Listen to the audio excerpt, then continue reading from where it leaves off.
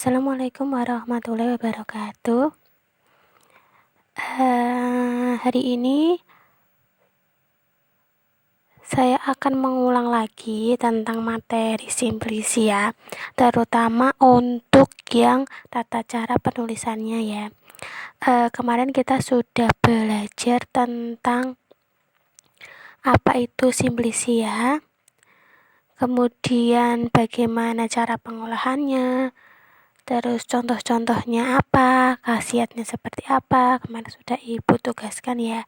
Kemudian yang selanjutnya adalah, kemarin saya lihat tugasnya beberapa mungkin masih ada yang salah, mungkin karena belum paham ya. Nah sekarang semoga dengan video pembelajaran ini anak-anak lebih paham lagi. Kemarin sudah tahu apa itu simplisia, kita ulang sekali lagi ya.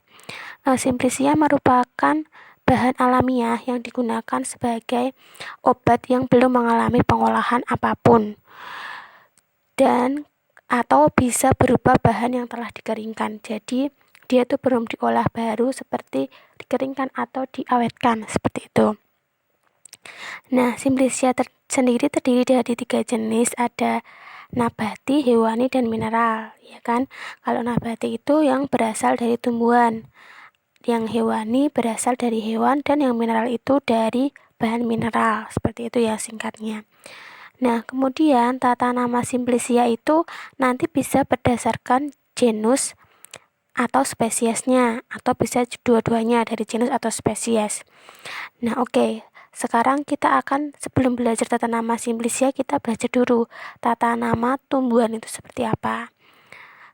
Di SMP kelas 1 mungkin kalian sudah pernah mendapatkannya, mungkin sekarang lupa ya. Tata nama Latin tumbuhan. Itu kalau tumbuhan itu terdiri dari 2 kata. Kata yang pertama itu menunjukkan genus, kemudian kata yang kedua itu menunjukkan spesies. Contoh nih ya, misalnya padi. Padi itu memiliki nama Latin Oryza sativa.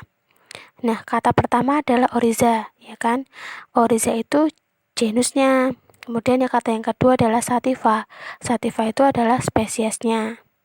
Nah, kalau dilihat dari penulisannya, diingat-ingat, kata pertama dan huruf pertamanya itu kapital, O-nya, Oryza, O-nya kapital. Kemudian kata kedua, sativa, huruf pertamanya kecil, S-nya. Nah, misal ini ditulis dengan tulis tangan nih di buku tulis misalnya, nanti masing-masing kata itu di garis bawah. Jadi Oryza di garis bawah, sativa di garis bawah. Tapi kalau diketik itu cukup ditulis miring atau italik. Kalau di garis bawah jangan Oryza sativa satu garis bawah gitu ya, tapi Oryza sendiri, sativa sendiri satu garis bawah gitu. Nah oke, itu tata nama Latin tumbuhan. Sekarang kita ke nama-nama simplisianya. Nah, jadi nanti bagian dari tumbuhan apa sih yang akan digunakan untuk si simplisia ini? Misalnya bagian akar tuh nama simplisianya radix, umbi lapis bulbus, rimpang rizoma, kulit kayu korteks, kayu lignum, batang kaulis, bunga flos, buah fruktus, biji semen, daun folium, dan kalau seluruh bagian tumbuhan ya daun, batang, sampai akar itu herba namanya. Itu nama simplisianya. Jadi misalnya, terus nanti untuk penamaan simplisianya seperti ini. Ini yang berdasarkan genus. Misal ada nama tumbuhan, namanya Cinchona rubra. Nah, nama genusnya itu kan Cinchona. Kemudian, misal bagian tanaman dari Cinchona ini yang digunakan adalah korteksnya atau kulit kayunya yang dibuat simplisia. Nah, maka nama simplisianya adalah Cinchona cortex gitu ya. Kemudian ada lagi misalnya Brugmansia candida. Nama genusnya kan Brugmansia, yang depan kan genus.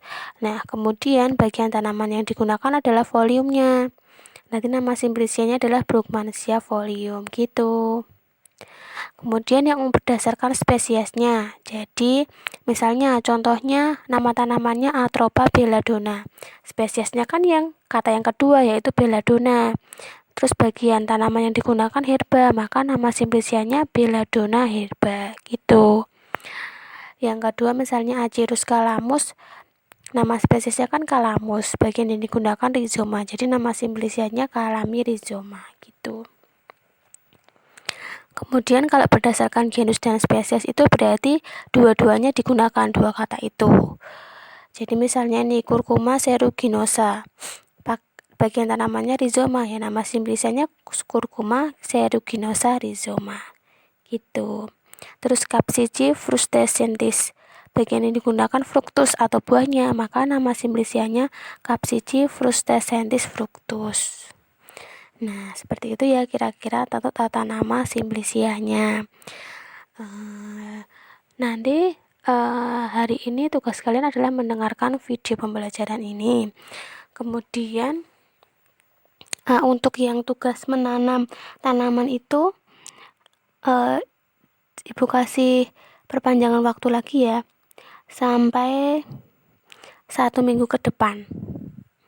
Ya, dikasih perpanjangan waktu 1 minggu lagi. Jangan lupa, yang penting ngumpulinnya lengkap, ada nama tanamannya, terus nama latinnya, khasiatnya apa, terus fotonya tuh yang runtut gitu. Jadi nggak usah buru-buru, yang penting tugasnya bagus. Jadi bentuknya kayak laporan, ngirimnya jangan foto satu-satu gitu, tapi udah bener-bener disusun runtut gitu ya. Oke, nanti kalau ada yang mau ditanyakan bisa WA. Jangan lupa jaga kesehatannya, semangat selalu. Saya akhiri, wassalamualaikum warahmatullahi wabarakatuh.